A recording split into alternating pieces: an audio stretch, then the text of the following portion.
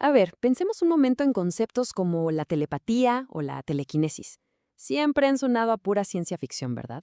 Pues lo que antes era material de novelas y películas, ahora se está convirtiendo, y muy rápido, en un hecho científico, uno que es de verdad sorprendente. Esta es la gran pregunta, la que ha fascinado a la humanidad por siglos. Claro, hemos tenido mentalistas, videntes, pero la ciencia siempre se ha mantenido bastante escéptica. Al menos hasta ahora. Bien, vamos a meternos de lleno en esto.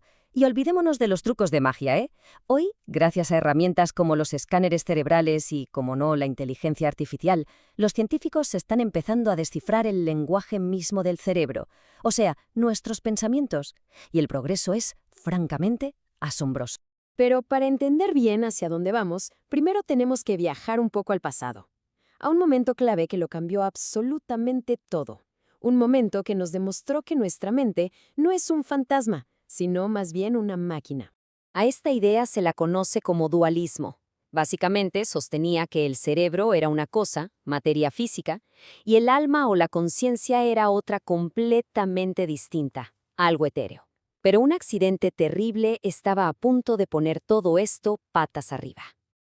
Este es Phineas Gage, un capataz de ferrocarril del siglo XIX. Un día, mientras trabajaba, una explosión lanzó una barra de hierro de más de 1 metro de largo directamente a través de su cráneo. Y sí, aunque parezca increíble, Gage sobrevivió. Pero, y aquí viene lo increíble, el hombre que se levantó ya no era el mismo. Antes del accidente, todos lo conocían como un capataz responsable, amable, alegre. Pero después se volvió abusivo, hostil, egoísta. El daño en su lóbulo frontal había alterado por completo su esencia, su personalidad. De hecho, su propio médico, el doctor John Harlow, llegó a decir que Gage era ahora caprichoso y vacilante, que sus planes cambiaban a cada rato y que su carácter se había transformado por completo. La conclusión era ineludible. Y aquí está el punto crucial de todo esto. El caso de Gage fue la primera prueba contundente de que nuestra personalidad, nuestro yo, está directamente conectado a la estructura física del cerebro. El alma, digamos, había sido destronada. El circuito había tomado su lugar. Bueno, pues demos un salto a la era moderna para ver cómo esta idea fundamental ha evolucionado hasta el punto de permitirnos, literalmente, leer la mente. La tecnología clave que hace todo esto posible se llama Interfaz Cerebro-Computadora, o BCI por sus siglas en inglés. Hay que pensar en ella como si fuera un traductor universal, un puente directo entre las señales eléctricas de nuestros pensamientos y el mundo digital. A ver, imaginen poder controlar el cursor de un ordenador, un brazo robótico o incluso un exoesqueleto, usando únicamente la intención. Para las personas con parálisis, esto ya no es una fantasía, es una nueva y muy real esperanza. Y esto nos lleva a algunas de las aplicaciones más extraordinarias que están ocurriendo ahora mismo. Aplicaciones donde los pensamientos están devolviendo la capacidad de movimiento a quienes la habían perdido. El proceso es tan elegante como poderoso. El paciente simplemente piensa, quiero mover el brazo. Un sensor minúsculo, del tamaño de una aspirina infantil, implantado en la superficie del cerebro, capta esa señal eléctrica. Una computadora la traduce, y en milisegundos, un brazo robótico obedece. Así de simple y así de increíble. Para ver el impacto humano real de todo esto, vamos a conocer a Jan Sherman. Una enfermedad genética le había dañado la conexión entre su cerebro y su cuerpo, dejándola paralizada del cuello para abajo. A Jan le implantaron un sensor BCI y en muy poco tiempo ya estaba moviendo un brazo mecánico de última generación con el poder de su mente. La hemos visto saludar, darle la mano a un presentador e incluso chocar los puños. Su intención se convertía directamente en acción.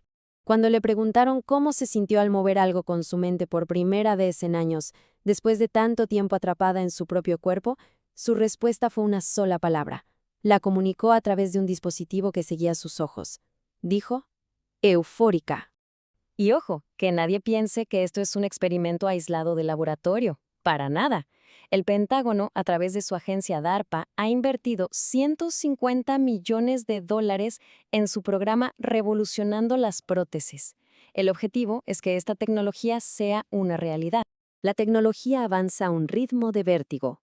Pero a medida que nos acercamos a dominar la mente, es necesario hacer una pausa y pensar en las consecuencias. ¿Qué pasa cuando el poder de nuestros pensamientos se vuelve ilimitado? Pues curiosamente, una vieja película de ciencia ficción nos ofrece una lección de advertencia muy poderosa sobre los peligros de un poder mental absoluto. Los Krell eran una raza millones de años más avanzada que nosotros, y su mayor logro fue una máquina que les daba el poder de la telequinesis total. Cualquier cosa que desearan se materializaba al instante. El problema es que la máquina podía manifestar sus pensamientos conscientes. Sí, pero también podía acceder a algo mucho más profundo, a esos impulsos animales y deseos reprimidos que todavía existían en lo más hondo de sus mentes evolucionadas. Y así, la noche en que iban a activar su gran creación, mientras dormían, sus pesadillas se hicieron reales. Los monstruos de su ego se materializaron, y esta gran civilización se aniquiló a sí misma de la noche a la mañana. La lección de los Krells es tremenda. Conquistaron mundos enteros, pero no pudieron controlar su propio subconsciente. Y esa es la pregunta que nos queda flotando en el aire. A medida que desatamos el increíble poder de la mente, ¿seremos lo suficientemente sabios para dominar no solo la máquina, sino también al fantasma que la habita?